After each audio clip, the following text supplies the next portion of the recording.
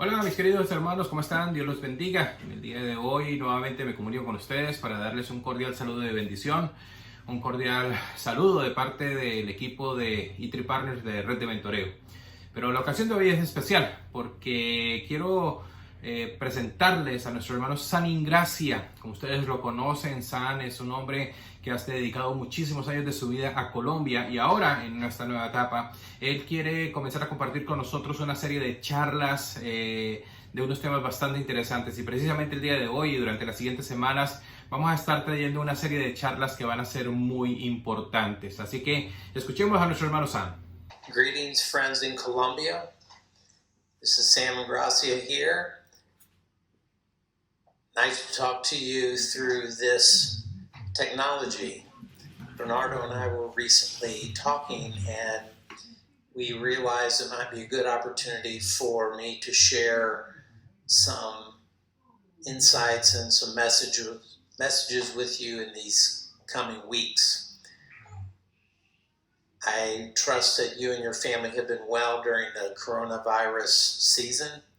Our family is doing very well here. We have been on lockdown just as you have been.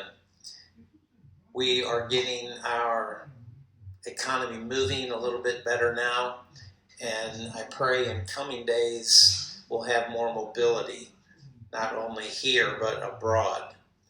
E3 Partners, as you know, is a international church planting and mobilization ministry.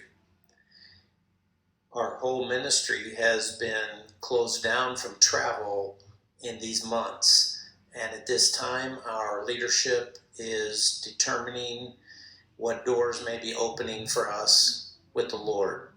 So I am praying and anticipating to still have some trips this year, but we're waiting on the details and the doors to open. I want to share a series of insights and messages with you that are prompted by a book that has been meaningful to me.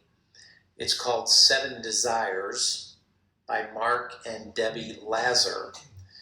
These are Christian counselors, and in fact, Mark recently went home to be with the Lord, but his work lives on in many forums, and this book, 7 Desires, is one of their feature presentations.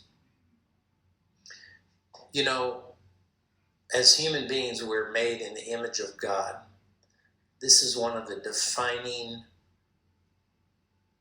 points in the beginning of the Bible as God describes how we're created. Basically, this means we are personal beings. We are human beings.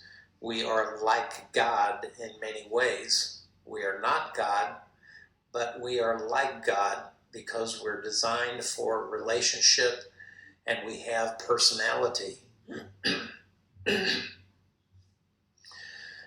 In the book 7 Desires, I really have enjoyed how they identified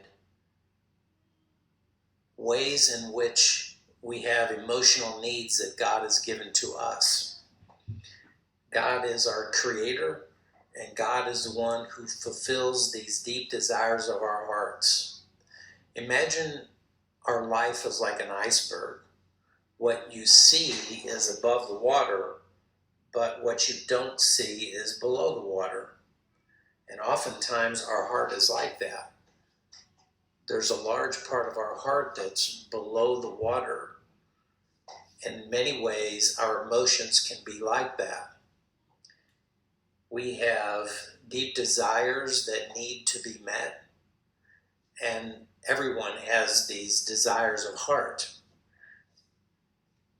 It does not matter the age, does not matter the gender, does not matter the culture, does not matter the religion. All human beings made in God's image have desires that are in our hearts. And when these desires are fulfilled and met, we function best. However, when these desires are not met, it can cause trouble in our souls.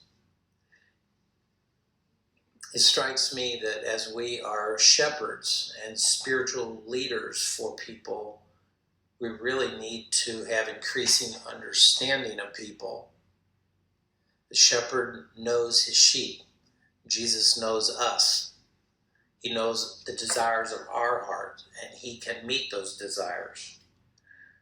But we need to increasingly have understanding of these desires in the hearts of people around us.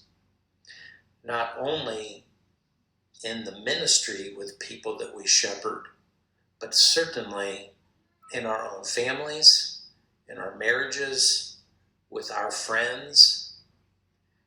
The more insight we have about the desires that are in people's hearts, the better we will be able to understand and meet those desires. And just as we would have them done for us, we can do them for others. Many years ago, I learned the law of emotional needs.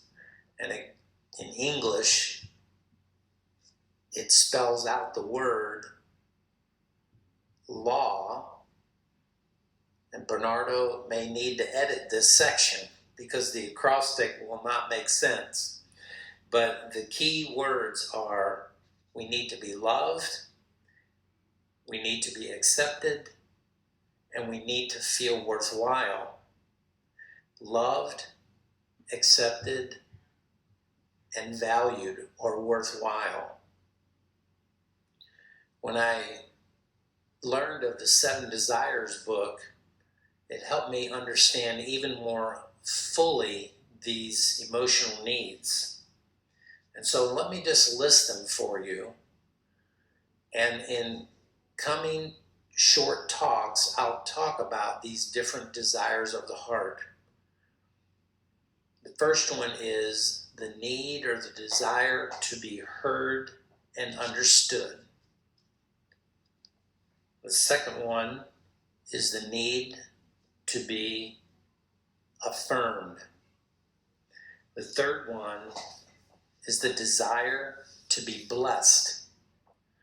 The fourth one is the desire to be safe. The fifth one is the desire to be touched. Now, this is talking about physical touch in a healthy way, of course. As human beings, we need to actually be touched by others in appropriate ways, of course, and from time to time, it creates connection.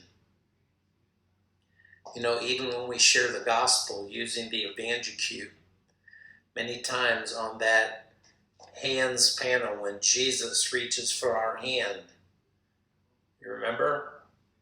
We talk about taking the hand of the person that we're talking to, and that physical touch, that contact that makes a special connection for communication. Human beings have a desire for physical touch. The 6th desire is to be chosen, and the 7th desire is to be included. These 7 desires describe how we can be loved, how we can feel accepted, and how we can have worth or value. God created us with these desires of the heart, and it helps me to be able to use the right words to have more clarity and understanding about my own desires and how I can watch to meet these desires in people around me, whether it's my wife Vicky, or my daughters, or family, or friends, or people in ministry. Everyone has emotional needs, spiritual needs, and physical needs. So let's not overlook these emotional, powerful desires of the heart. The more we understand them, the more engaged and the more connected we will be with people around us. So I invite you to think about these 7 desires. We will go through them, 1 or 2 per week in coming weeks. And I'll be sharing some scriptures for each one. But in the meantime, I invite you to think about them and to watch for these in your heart and in the hearts of people around you. Again, the desire to be heard and understood, to be affirmed, to be blessed, to be safe, to be touched, to be chosen, and to be included. Okay, friends, God bless you. We continue to pray for you. We ask your prayers for us here in the United States. It has been a crazy time around the world. It feels very biblical, almost like the book of Revelation, where the whole world is groaning with a pandemic. Truly, God is at work in ways we cannot understand, and also in maybe some ways we can understand. So I ask you and challenge you to be looking for Him, drawing close to Him as we are seeking to do the same. We love you. God bless you.